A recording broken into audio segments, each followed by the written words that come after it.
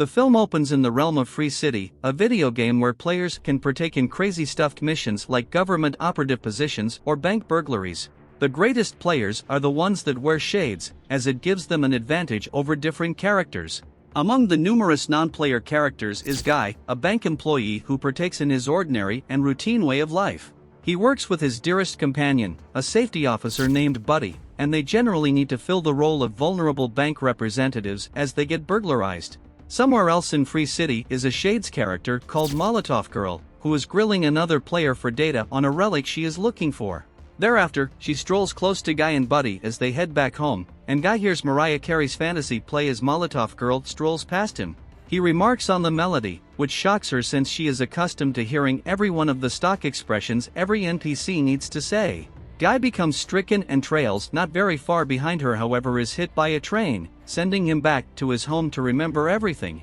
At the point when Guy returns to work, the burglary happens. However, Guy chooses to do something else and attempts to get the shades off of a looter, coincidentally killing them with their own shotgun even as the player in reality attempts to bring Guy down.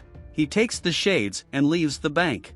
At the point when he puts them on, he sees different pieces of the game featured to show what they are there for. The bank for a burglary mission, for instance. He finds that he can get well-being boxes to repair himself, and he proceeds to see the world through new eyes in a real sense.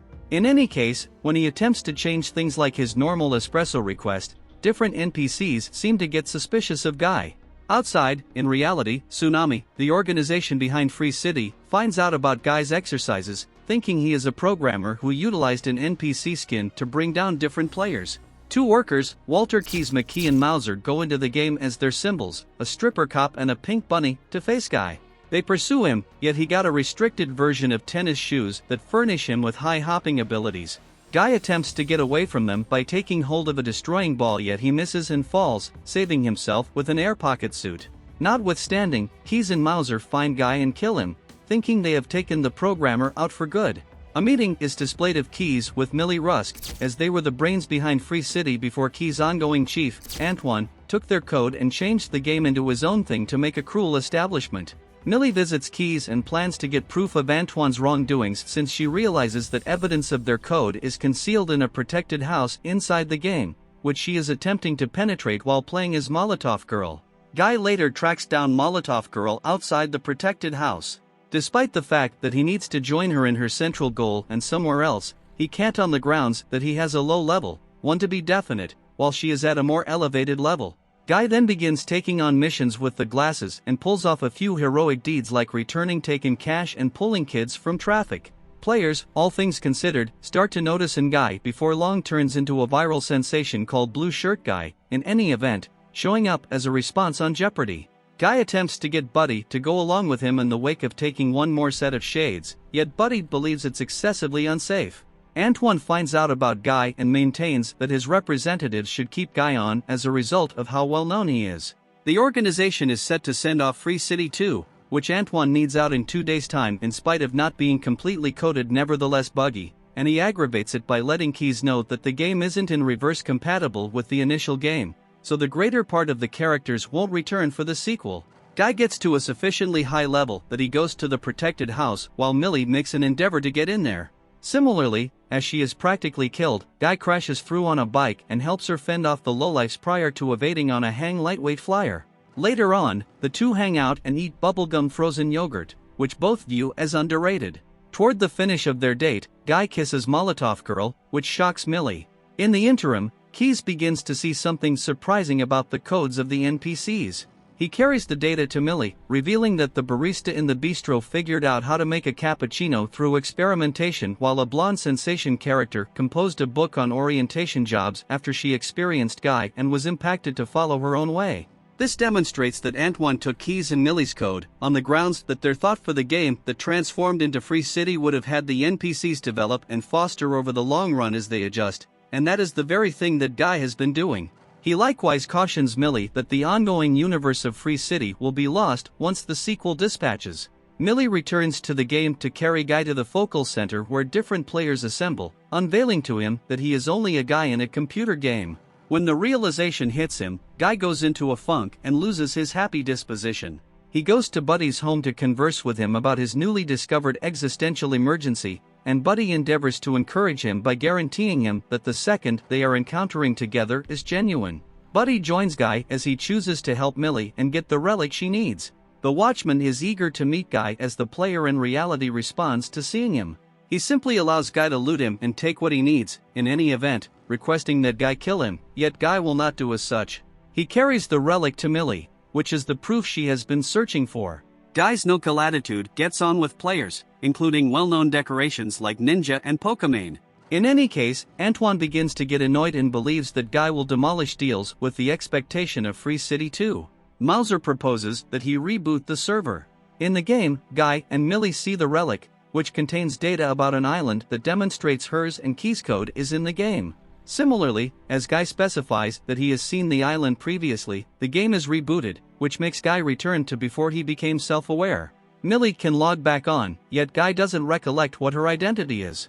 She asks Keys for help, and he tells her that the guy he made is a lovelorn NPC who is continuously looking for his beauty queen, and he simply needs something to assist with setting off the code. Millie kisses Guy, and it brings back the entirety of his memories, including where he saw the island.